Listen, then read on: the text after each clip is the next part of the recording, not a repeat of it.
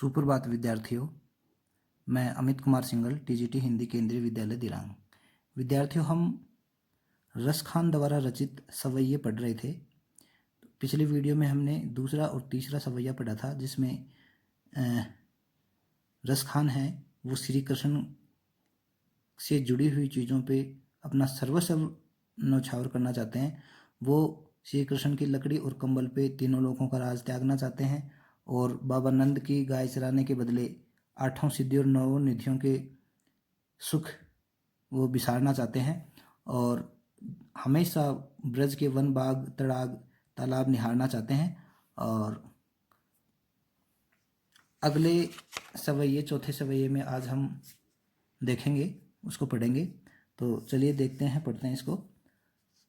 कानने दे अंगूरी रही बो, जब ही मुरली धुनी मंद बजे ही। ये प्रस्तुत सवैया रस खान के द्वारा रचित है। किसके द्वारा रचित है और इसकी भाषा कैसी है? ब्रज भाषा है। इसमें कृष्ण की मुरली की धुन और उनकी मुस्कान के अचूक प्रभाव का तथा गोपियों की व्यवस्था का वर्णन इसमें किया गया है। तो काननी दे अंगूरी रही बो, जब ही मुरली धुनी मंद बजे ही। यानी रस खान उस स्थिति का चित्रण करते हैं कि जब श्री कृष्ण मुरली को मंद मंद ध्वनि में बजाते हैं, तब गोपियां कानों में अंगुली देती हैं, देती थी। क्यों? क्योंकि यह मुरली की धुन उन्हें विवश कर देती है। जब मुरली धुनी मंद बजे ही, कैसे? जब मुरली धुनी मंद यानी बहुत धीरे से बजे ही, जब बजती है। काननी यानी कान में, देना अंगूरी रही बो, जब ही, जब श्री कृष्ण की मुरली बजती है तो गोपियां अपने कानों में अंगुली दे देती हैं, क्योंकि मुरली की धुन उन्हें विवश कर देती है। मोहनी तानन सो रस खानी, अटा चढ़ी गोधन गहे ते गहे। अट्टा यानी अट्टालिका, मोहिनी मन मोहित करने वाली, तानन सो यानी तान पे, धुन पे। बांसुरी की मनमोहक तान को सुनने के लिए उन्हें घर के ऊपर अटा पर चढ़ने को विवश कर देती है। यानी श्री कृष्ण जब मुरली बजाते हैं, मोहनी तानन सो रस खानी, अटा चढ़ी गोधन गहे गहे तो गहे। यानी जब श्री कृष्ण मुरली बजाते हैं तो उनकी मोहित करने वाली मुरली के आगे गोपियां अपनी अटारिका पे चढ़ने को विवश होना पड़ता है। सारे ब्रजवासियों को पुकार कर भले ही कितना कहो, भला वे कहाँ समझने वाले हैं।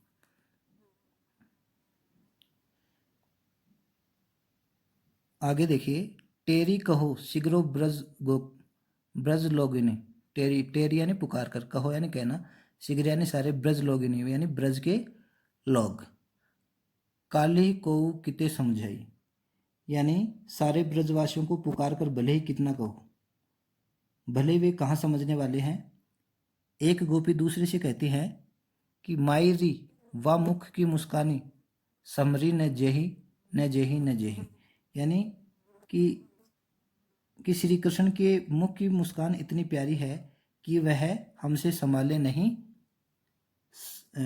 संभाली जाती। श्री कृष्ण की मुस्कान कैसी है? इतनी प्यारी है कि वो संभाली जाती। अंतिम पंक्ति है, माय रिवा मुख की मुस्कानी समारी न जेही न जेही न जेही। इसका क्या मतलब है? इसका पंक्ति का आशय है कि श्री कृष्ण के मुख की मुस्कान इतनी प्यारी है कि वह हमसे संभाली नहीं जा सकती। श्री कृष्ण की मुरली क्या है? श्री कृष्ण की मुस्कान इतनी प्यारी है कि वो हमसे संभाली नहीं जा सकती। कौन कहाँ पर खड़ा होकर किससे कह रहा है? गोपियां अटारी पर चढ़कर ब्रजवासियों से कह रही हैं। गोपियां, रस खान ने किस भाषा का प्रयोग किया है? ये तो अभी मैंने शुरू में बताया था। रस खान ने ब्रज भाषा का प्रयोग किया। गोपिका मुरली की किस बात से आकर्षित होती है? गोपिका मुरली की मनमोहिनी सुरीली तान से आकर्षित होती है। मोहिनी तानन सो रस खानी, अटा चढ़ी गोधन की गहे ते गहे। सखी से क्या संभाला नहीं जा रहा? सखी से कृष्ण के मुख की मुस्कान को नहीं संभाला जा रहा है। काव्यांश को छंद की दृष्टि से क्या कहा गया है? सवैया छंद कहा गया है। हमने ये दे रखा है सवैया छंद। काव्यांश की दृष्टि से क्या कहा गया है? सवैया छंद कहा गया है। कृष्ण प्रेम में डूबी गोपिका किसके समझाने पर भी लोग लाज नहीं समझती? कृष्ण के प्रेम में डूबी गोपिका ब्रजवासियों के समझाने पर भी लोग लाज की बात नहीं समझती। काव्यांश की अंतिम पंक्ति का काव्य सौंदर्य क्या है? माई रिवा मुख की मुस्कानी समारे न जेही न जेही न जेही। यानी एक तो इसमें न जेही में कौन सा अलंकार है? पुनरुक्ति प्रकाश भी है और अनुप्रास भी है, दोनों अलंकार हैं। गोपी कानों में अंगुली क्यों देना चाहती हैं? गोपी कानों में अंगुली इसलिए देना चाहती हैं ताकि वह कृष्ण की बांसुरी की ध्वनि के प्रभाव से स्वयं को बचा सके। गोपी के अपने आप को न संभाल पाने का क्या कारण है? कि वो उनकी मुस्कान इतनी प्यारी है कि वो उस खुद को नहीं संभाल पाती, वो श्री कृष्ण की मुस्कान को नहीं संभाल पाती। अब इसके कुछ कठिन शब्दार्थ हैं, चलिए इनको देख लेते। बसो, बसो यानी बसना। कहा बस यानी वश में न होना। मझारन बीच में। गिरी पहाड़। पुरंदर इंद्र। कालिंदी यमुना। कामरिया कंबल। तड़ाग तालाब। कल धोत के धाम यानी सोने चांदी के महल। क्रील कांटेदार झाड़ी। वारो न्योछावर करना, भाव तो अच्छा लगना। अटा, अटा यानी कोठा अटाली का। टेरी यानी पुकार कर बुलाना। तो ये है, इसमें पहला प्रश्न है, ब्रजभूमि के प्रति कवि का प्रेम किन किन रूपों में व्यक्त हुआ है? कवि रसखान ब्रजभूमि के प्रति क्या रखते हैं? अनन्य प्रेम रखते हैं। वह गोकुल गांव की गायों को चराना चाहते हैं। गोवर्धन पर्वत के प्रति भी उसका विशेष लगाव है, वही उसी का एक पत्थर बनना चाहता है। उसी यमुना तट के कदम्ब के पेड़ों से भी विशेष लगाव है, वह उन पेड़ों की डालों पर पक्षी बनकर बसेरा करने का इच्छुक है। कवि का ब्रज के वन बाग और तालाब को निहारने के पीछे क्या कारण है? कवि ब्रज के वन बाग और तालाब को इसलिए निहारना चाहता है ताकि वह इनके सौंदर्य को अपनी आंखों में बसा सके। इन सभी का श्री कृष्ण के साथ अनन्य संबंध है। कवि को इन्हें निहारने में असीम सुख की अनुभूति होती है। इससे वह कृष्ण की झलक पा सकता है। तीसरा, एक लकुटी और कामरिया पर कवि किसको न्यौछावर करना चाहता है? या लकुटी और कामरिया पर राज दी ऊपर को तजीदारो, यानी वो तीनों लोगों का राज त्याग देना चाहता है। सखी ने गोपी के से कृष्ण का कैसा रूप धारण करने का आग्रह किया है? अपने शब्दों में वर्णन कीजिए। अपने सिर पर मोर पंख लगा लो और गले में गुंज के फूलों की माला पहन लो। शरीर पर पीताम्बर ओढ़ लो और गायों को लेकर ग्वालों के साथ वन वन में घूमो। होठों पर मुरली धारण कर लो। गोपी ने उसकी अन्य सभी बातें मान ली, पर होठों पर मुरली धारण करने से साफ इनकार कर दिया, क्योंकि वह मुरली को अपनी सोत मानती है। आपके विचार में कवि पशु पक्षी और पहाड़ के रूप में श्री कृष्ण का सानिध्य क्यों प्राप्त करना चाहता है? क्योंकि वो सारी चीज़ें श्री कृष्ण से जुड़ी हुई हैं। कवि अगले जन्म में पशु पक्षी पहाड़ के रूप में कृष्ण का सानिध्य प्राप्त करना चाहते हैं।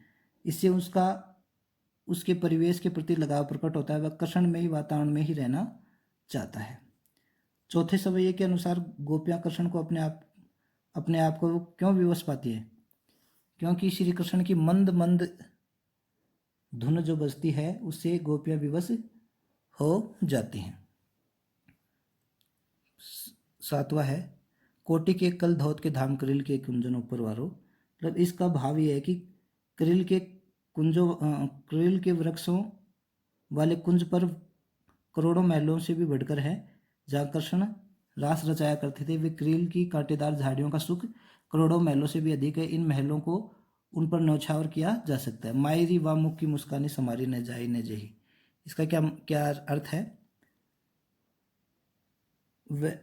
कृष्ण के मुख पर जो मनोहारी मुस्कान है वह अनोखी है। गोपियाँ उस मुस्कान पर न्यौछावर है, वह उनसे मुस्कान संभाले नहीं जा रही। कालिंदी कूल कदम की डारन में कौन सा अलंकार है? क, तो इसमें अनुप्रास अलंकार है। काव्य या मुरलीधर की अधरान धरी अधरान न धरोगी, इसमें कौन सा अलंकार है? अनुप्रास अलंकार है और श्लेष अलंकार है। तो ये विद्यार्थियों रसखान का मैंने दोबारा पुनरावृत्ति करवा दी है आपको। एक एक पंक्ति को हमने सही तरीके से पढ़ा है। आप इस पाठ को समझने के लिए वीडियो को आराम से ददचित होकर देखें, आपको समझ में आ जाएगा। नमस्कार।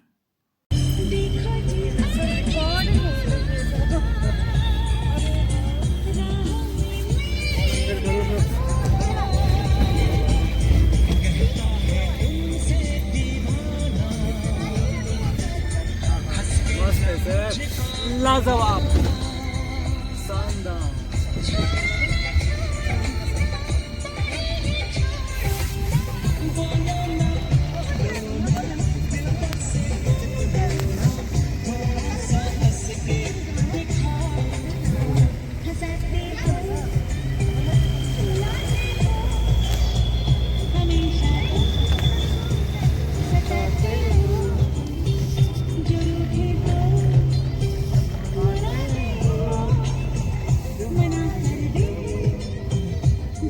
देखो